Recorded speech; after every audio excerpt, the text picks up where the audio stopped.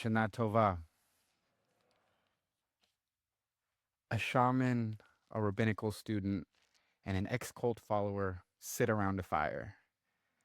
It sounds like the start of a joke, right? A shaman, a rabbi, and an ex-cult follower walk into a bar. You've heard that setup before. But this was real and a moment that stayed with me. This summer, I lived for a month in a small commune in the mountains of Ecuador, the kind of place where strangers become family and fires become a primary source of entertainment. Among the residents was Sarah, a 30-year-old who had just left the cult she was born into. This wasn't some quirky alternative community. This was a cult that stole her childhood and weaponized her faith. Against all odds, all the curated influence imprinted on her as a child throughout her entire life, she had made it out. And somehow her soul landed next to mine.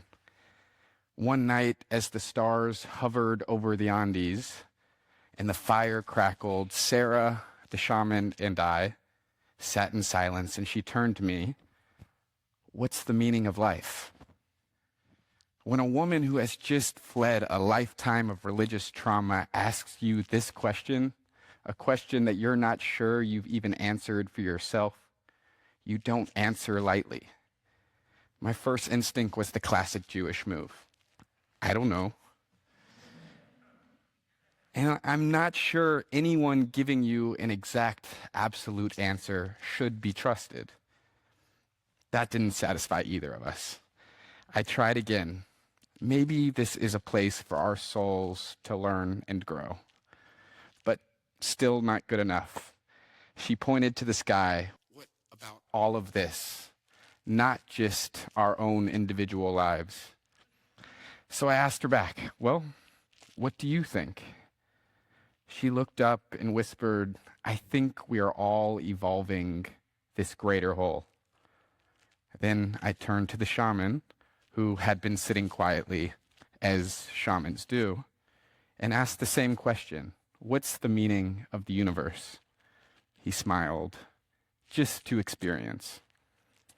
And there we sat, three people who should have never crossed paths, three very different relationships to religion and the cosmos, three different versions of loss and rediscovery, and one eternal question burning in the fire.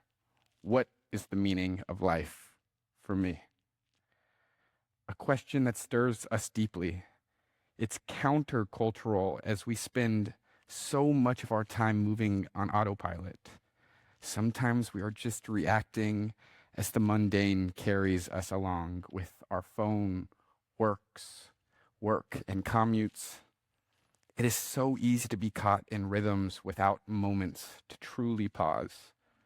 Sometimes I drive from one place to another and have a moment where I don't know what I was thinking or doing for the last 10 minutes. I assure you, still driving safely, but just so on autopilot that it's like I've lost the last 10 minutes to the ether. Rabbi Abraham Joshua Heschel taught that Judaism is a religion of time aiming at the sanctification of time. Judaism knows the dangers of autopilot. That is why we name moments as sacred.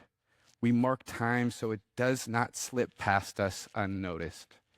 Each blessing, each Shabbat is a way of saying, don't let this moment blur into the next.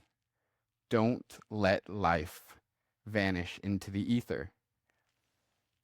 And don't let life be anything other than fragile. Death doesn't hover over us as an idea. It lives in every breath. A car crash, a diagnosis, a slip on the stairs. Life can change in an instant, and no matter how tightly we grip, we are not in complete control, not of our fate, not of our loved ones. And it isn't just death. Will our democracy survive? Will we mend the epidemic of loneliness? Will the world catch fire or find its way back? The uncertainty of existence has haunted every soul since the beginning, and our high holy days beg us to pause, to stop the autopilot, and confront that uncertainty with open eyes. Who shall live and who shall die? It's not just a line in our liturgy, it is reality. Who will be written into the book of life to live another year? It's those tender, vulnerable questions behind all of our human experiences. Only by facing death can we begin and see the urgency of asking now. What then makes this life meaningful? What is worth living for, loving for, returning for? And so we turn to these days, Rosh Hashanah and Yom Kippur, a sacred interruption in the flow of life. They ask us to stop, to step out of autopilot, and to remember who we are and what we're here to become. They invite us not to escape death's shadow, but to stand in it and to ask what it means to live in its light. In the same spirit, each year we are called to teshuvah, to return, not just to some polished ideal of perfection, but to the divine spark within us that longs to be seen. And how do we return? By waking up, noticing the habits that have claimed us without our choosing.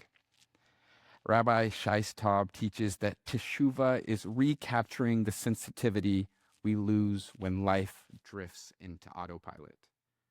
To return is to feel again.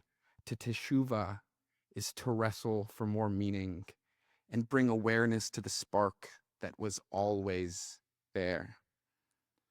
To refuse the drift into the mundane while the sword of uncertainty hangs over our head by a thread. Rosh Hashanah is that threshold, the pause beneath the noise and the fear where we begin to return. And when we honor these days, the deepest questions surface. What is the shape of your life well lived? What are we doing with our one wild and precious life? And perhaps most haunting of all, have I become the person I hoped I would be?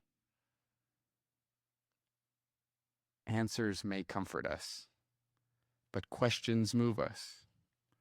Certainty preserves ourselves.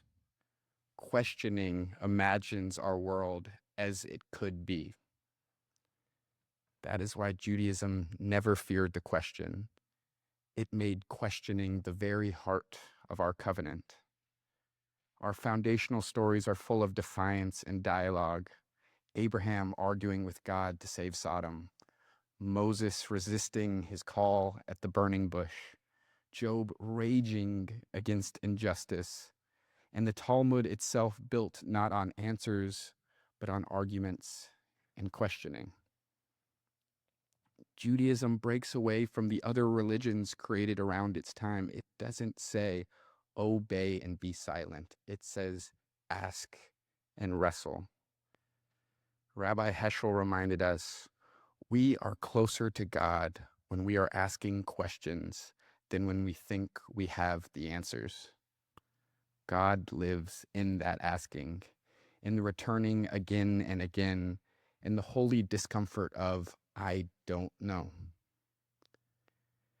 To ask again and again is not weakness. It's how we stay in relationship with ourselves, with each other, with the divine. The sacred asking doesn't stop. It keeps showing up, sometimes gently, sometimes persistently, which brings me to one of my favorite lines. Rabbi Arnold Jacob Wolff quipped that his problem wasn't divine silence, it was the exhaustion that comes with divine persistence. My problem, he said, is that God won't shut up. Now, what do you want? Leave me alone. I did a mitzvah last week, and now you want another one? What do you mean you want it again? And better? It's funny, but it's devastatingly honest. For Wolff, the point wasn't that God demands perfection. It's that divine relationship is relentless, showing up again and again, asking us to reflect, to wrestle, to grow. The sacred task isn't to have all the answers. It's to stay in conversation. Rainer Maria Rilke wrote, "Be patient toward all that is unsolved in your heart, and try to love the questions themselves. Like locked rooms and like books that are now written in a very foreign tongue, do not now seek the answers which cannot be given to you because you would not be able to live them. And the point is to live everything. Live the questions now. Perhaps you will then gradually, without noticing it, live along some distant day into the answer." So here is a practice for these days of awe. Before the shofar blows, choose one sacred question. Write it down, slip it into your pocket. Let it walk with you through these 10 days. Don't force an answer. Just carry it. Let it shape you. Maybe your question is, what is stopping me from being the person I strive to be? Where have I settled for comfort instead of growth? Choose one. Let it follow you like a thread, because these days of awe aren't about answers. They are about daring to ask. So let me return to the joke.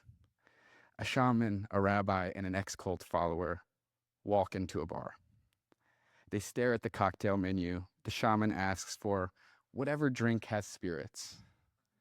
The rabbi asks, what's kosher? And the ex-cult follower says, whichever one doesn't come with a lifetime vow of silence. And maybe that's the truest punchline of all. Faith is not a vow of silence. It is the courage to speak, to question, to wrestle, to live awake. That night in Ecuador, Sarah's courage stayed with me. She had left behind everything she knew, the cult that stole her childhood, because the questions in her heart grew louder than the answers she was given. And still she didn't stop asking. She asked me, what is the meaning of life? But really she was asking herself, now that I'm free, what is the meaning of life for me? How can I bring more truth, more meaning into a life that is never promised? That question is ours too. And when we ask it, we discover that meaning often shows up in connection with one another, in creativity and wonder, in relationships and family, in acts of care, in moments of awe, in the courage to keep growing, the courage to keep loving in the face of hurt. These are the sparks that steady us and bring beauty in an uncertain world. On this birthday of the world, may we remember, we were not made to sleep through our days. We were made to ask, to ache, to awaken. May we have the courage of Sarah, who chose questions over silence, and let them lead her into a new life. In a world where nothing is promised, may our questions keep us honest, our wonder keep us soft, and our courage keep us becoming. And as we step into this new year, not knowing what it will hold, but choosing to hold it fully, may we meet the divine in our questions and one another in the asking. Shana Tova.